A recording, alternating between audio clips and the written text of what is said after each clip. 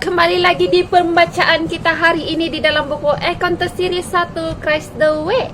So, sebelum kita mulakan pembacaan kita untuk hari yang ke-59, mari kita berdoa terlebih dahulu. Ya Tuhan Allah Bapa kami yang bertakhta di dalam kerajaan surga, terima kasih Tuhan sekali lagi Engkau memberikan kami kesempatan yang begitu indah untuk membuat pembacaan lagi di dalam buku ini. Dan kami ingin belajar tentang firman-Mu Tuhan agar kami sentiasa bertumbuh apabila sentiasa dekat dengan Engkau melalui firman ini Tuhan. Terima kasih Tuhan, ampunkan segala dosa pelanggaran kami. Semua ini saya serahkan dalam nama Tuhan Yesus Kristus yang telah menjadi juru selamat dan penebus kami. Amin. Sejam kita baca untuk hari yang ke-59. So hari ini ada dua, bukan di dalam Desire of Ages sahaja, tetapi kita akan baca di dalam ayat dan juga di dalam Desire of Ages. So terlebih dahulu saya akan baca di dalam Yohanes 3 ayat 1 hingga 22. Percakapan dengan Nikodemus. Oke, dia punya tajuk. Oke, saya baca. Adalah seorang Farisi yang bernama Nikodemus, seorang pemimpin agama Yahudi. Ia datang pada waktu malam kepada Yesus dan berkata, "Rabi, kami tahu bahwa engkau datang sebagai guru yang diutus Allah, sebab tidak ada seorang pun yang dapat mengadakan tanda-tanda yang engkau adakan itu jika Allah tidak menyertainya." Yesus menjawab katanya, "Aku berkata kepadamu, sesungguhnya jika seorang itu tidak dilahirkan kembali, ia tidak dapat melihat kerajaan Allah." Kata Nikodemus kepadanya, "Bagaimanakah mungkin seorang dilahirkan kalau ia sudah tua? Dapatkah ia masuk kembali ke dalam rahim ibunya dan dilahirkan lagi?" Jawab Yesus, "Aku berkata kepadamu, sesungguhnya jika seorang tidak dilahirkan dari air dan roh, ia tidak dapat masuk ke dalam kerajaan surga." Kerajaan Allah, oke? Apa yang dilahirkan dari daging adalah daging, dan apa yang dilahirkan dari roh adalah roh. Janganlah engkau heran kerana aku berkata kepadamu, kamu harus dilahirkan kembali. Angin bertiup kemana ia mahu dan engkau mendengar bunyinya, tetapi engkau tidak tahu dari mana ia datang atau kemana dia pergi. Demikianlah halnya dengan tiap-tiap orang yang lahir dari roh. Nikodemus menjawab katanya, "Bagaimanakah mungkin hal itu terjadi?" Jawab Yesus, "Engkau adalah pengajar Israel dan engkau tidak mengerti hal-hal itu? Aku berkata kepadamu, sesungguhnya kami berkata-kata tentang apa yang kami ketahui dan kami bersaksi tentang apa yang kami lihat, tetapi kamu tidak menerima kesaksian kami. Kamu tidak percaya waktu aku berkata-kata dengan kamu tentang hal-hal duniawi. Bagaimana kamu akan percaya kalau aku berkata dengan kamu tentang hal-hal surgawi? Tidak ada seorang pun yang telah naik ke surga, melainkan pada dia yang telah turun dari surga, yaitu anak manusia. Dan sama seperti Musa meninggikan ular di padang gurun, demikian juga anak manusia harus ditinggikan, supaya setiap orang yang percaya kepadanya beroleh hidup yang kekal. Karena begitu besar kasih Allah akan dunia ini, sehingga ia telah mengaruniakan anaknya yang tunggal, supaya setiap orang yang binasa setiap orang yang percaya kepadanya tidak binasa, melainkan beroleh hidup yang kekal. Sebab Allah mengutus anaknya ke dalam dunia bukan untuk menghakimi dunia, melainkan untuk menyelamatkannya oleh dia. Barang siapa percaya kepadanya, ia tidak akan dihukum. Barang siapa tidak percaya, ia telah berada di bawah hukuman, sebab ia tidak percaya dalam nama anak tunggal Allah. Dan inilah hukuman itu. Terang telah datang ke dalam dunia, tetapi manusia lebih menyukai kegelapan daripada terang, sebab perbuatan-perbuatan mereka jahat. Sebab barang siapa berbuat jahat, membenci terang dan tidak datang kepada terang itu, supaya perbuatan-perbuatannya yang jahat itu tidak nampak. Tetapi barang siapa melakukan yang benar, ia datang kepada terang supaya menjadi nyata bahwa perbuatan-perbuatannya dilakukan dalam Allah. Sesudah itu, Yesus pergi dengan murid-muridnya ke tanah Yudea, dan ia diam di sana bersama-sama mereka dan membaptis. Oke, seterusnya kita akan tengok di dalam Desire of Ages nomor 167 hingga 168 bab 17 yang bertajuk Nikodemus. Oke. Nikodemus menjabat suatu kedudukan tinggi yang penuh tanggung jawab di kalangan bangsa Yahudi. Ia berpendidikan tinggi serta memiliki bakat-bakat yang luar biasa, dan ia seorang anggota yang terhormat pada Majelis Nasional.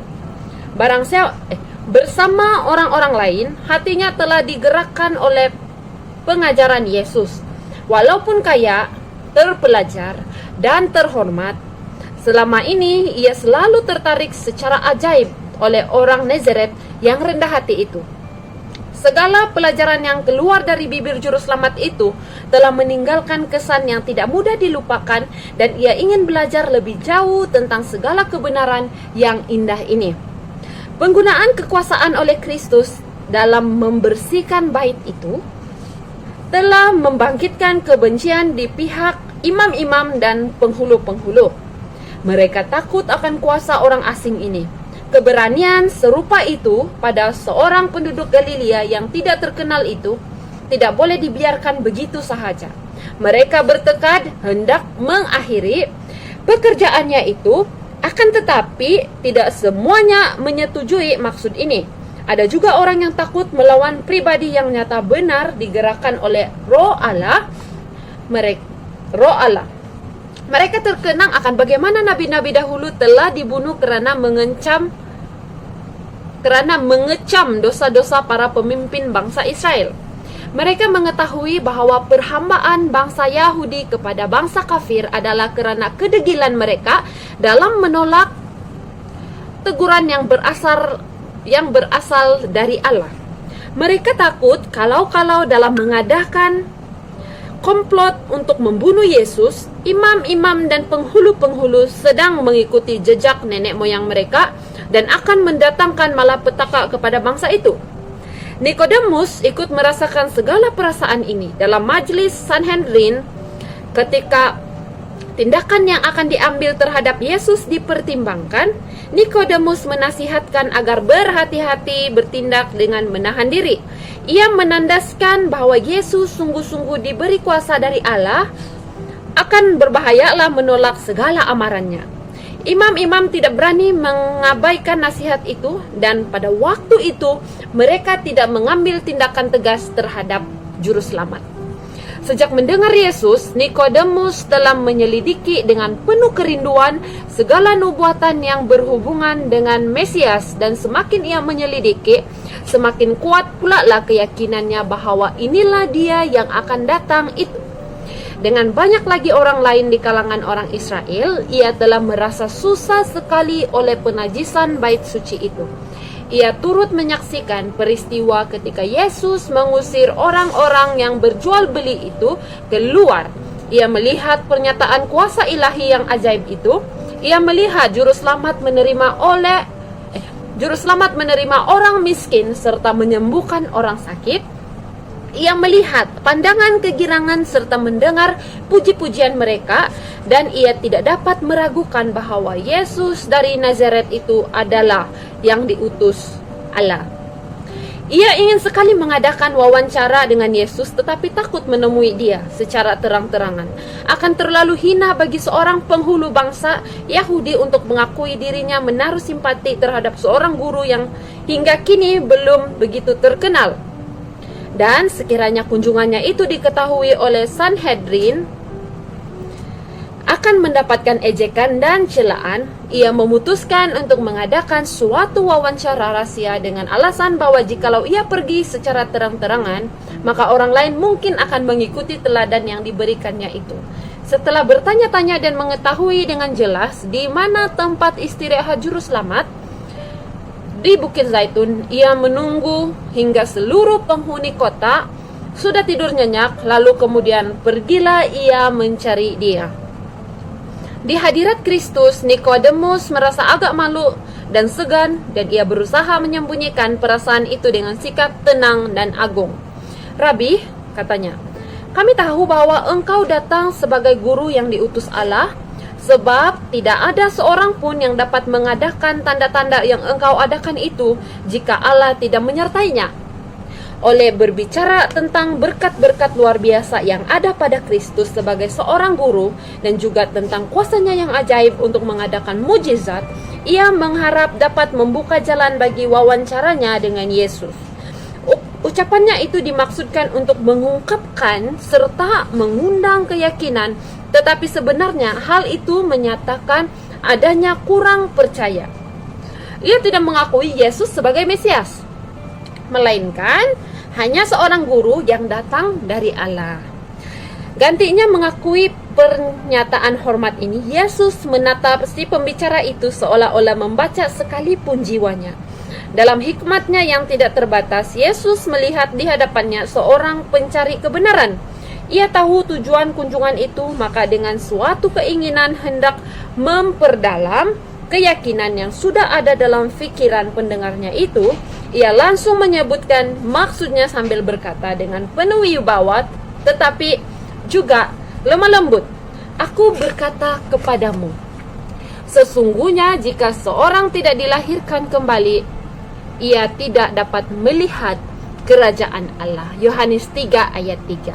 So, sampai di sini sahaja pembacaan kita pada hari ini, di mana kedua-dua di dalam ayat Yohanes 3 ayat 1 hingga 22 dan juga di dalam buku Desire of Ages nomor 167 hingga 168 menceritakan tentang kisah seorang pemimpin yang terkenal yang bernama Nikodemus. Oke.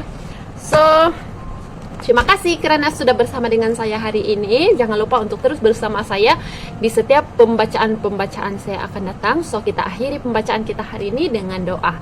So, mari kita bersatu di dalam doa. Ya Tuhan, Allah Bapa kami yang bertakhta di dalam kerajaan surga, terima kasih Tuhan karena Engkau sudah menyertai kami di dalam pembelajaran hari ini. Kami telah mengetahui tentang cerita Engkau bertemu dengan Nikodemus dan kami mengetahui bahwa betapa pentingnya pembaptisan. Jika kami tidak dilahirkan semula melalui air dan juga roh, kami tidak akan dapat masuk ke dalam kerajaan surga. So, puji Tuhan atas pelajaran yang sangat baik, sangat indah untuk kami, untuk mengingatkan kami semula tentang perlunya kami untuk dilahirkan semula secara roh. Terima kasih Tuhan. Ampunkan dosa pelanggaran kami Tuhan, berkati kami di minggu yang baru dan di pembacaan-pembacaan kami seterusnya dan dalam kehidupan kami sehari-hari agar kami sentiasa menjauhkan dosa dan sentiasa bertumbuh ke arah-Mu Tuhan. Terima kasih Tuhan karena Engkau tetap menguatkan kami, Engkau tetap mendengar kami, Engkau tetap bersama dengan kami di mana saja kami berada. Sekali lagi saya mohon Engkau ampunkan dosa pelanggaran kami agar kami sentiasa layak di hadapan-Mu dan layak disebut anak-Mu. Terima kasih Tuhan karena Engkau begitu baik. Engkau sudah pun menjawab doa ini. Saat ini saya berdoa dalam nama Tuhan Yesus Kristus yang telah menjadi juru selamat dan penebus kami semua. Amin. So thank you dan Tuhan memberkati. Bye.